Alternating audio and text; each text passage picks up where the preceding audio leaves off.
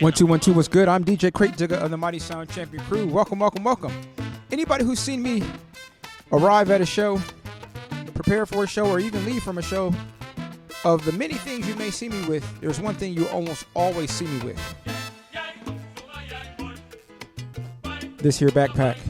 As the great philosopher Ludacris asked, what you got in that bag? What you got in that bag? Let me tell you. Today's video is about what I carry in my DJ bag and some essential things that I think every DJ should carry in their bag.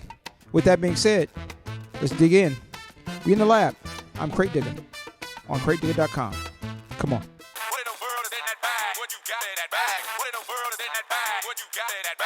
So, as with everything that I share, there's no one way to do it. There's no golden rule. There's no absolute. These are just suggestions based on my experience of 25 years of DJing, different situations I found myself in, and different hassles that I've had and or avoided based on what I carried in my bag. So let's get to it.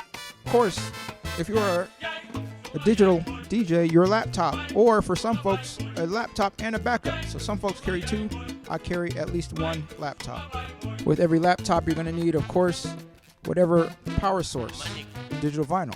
Now, I kind of cheat. Instead of just having your Serato or whatever brand, custom or whatever, control vinyl, I use an actual record. Why? I can put my phase magnet on one side with a marker for it, so I can use my phase.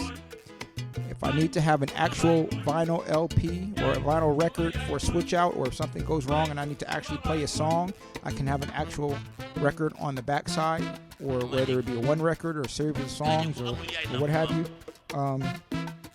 So that's a way for me to cut down on the amount of things I need to take, but double the use. With records come slip mats. Always have at least a backup pair of slip mats, and for me, those extra plastic slip mats as well. Next up, once again, we're talking about needles.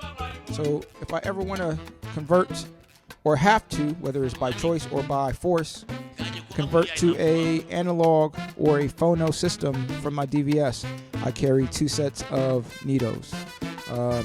These are my new favorites, Ortofon V&L. Because as many of you know, the M44s are very hard to find now. So I carry the Ortofon V&L cartridges, and I have two sets of those in this beautiful, and it's kind of hard to see, but I'll try to show it, logo. Bluetooth speaker. Why do I need a Bluetooth speaker? Because this Bluetooth speaker actually has an 1/8 inch jack input on it right here, which is kind of hard to see, but I'm able to plug in. So if for whatever reason I'm DJing somewhere that may not have a booth speaker, I can always set up this Bluetooth speaker, have it in aux-in mode, plug it into the power, and run that 1/8 inch off of a mixer. So I might have two RCA 1/4 inch adapters, and then that long RCA to 1/8 inch cable cord, and I can run that in, and I can just have this sitting next to me on the DJ booth or on the table, wherever, as a makeshift emergency DJ monitor for me to hear in those situations that I need that. Cordless mic receiver, the cable or power adapter for it, and the actual cordless mic. Along with the cordless mic, I carry a very short XLR cable as well, so I always have my own XLR cable with me. And while I do have the cordless mic, I also keep this. This is my Sennheiser E835 mic. I have about 6 of these. I love Sennheiser mics.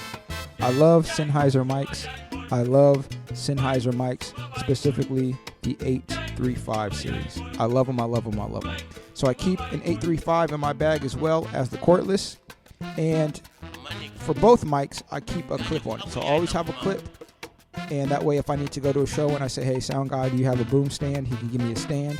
I have a clip that goes with this mic, so I already know that the mic is not going to fall off the stand by a universal clip, or if you have to use some other clip, and so I don't have those issues.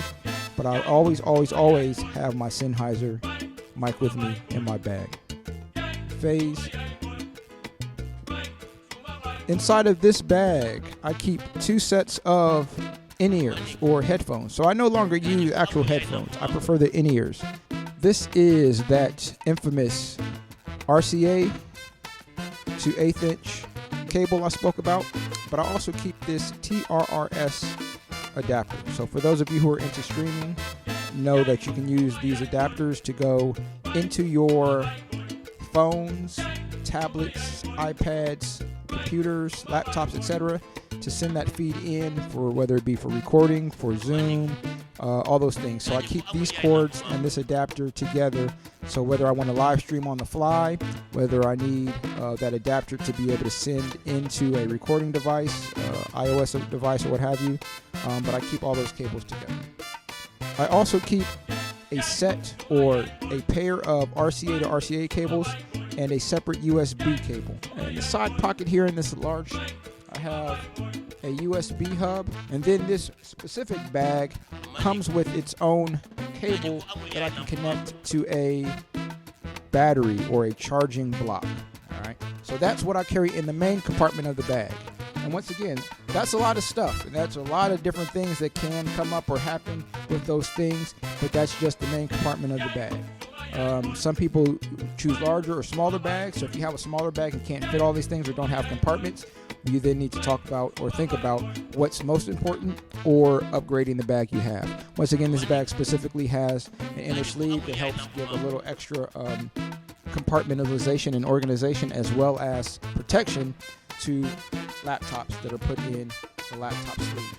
And you can also have standalone laptop sleeves to help protect your laptop as well. So one thing you do want to remember, that even though your gear is in the bag, that you do want to still protect laptops, hard drives, etc. from as much shock, wear and tear, dropping, all those things that can happen with backpacks.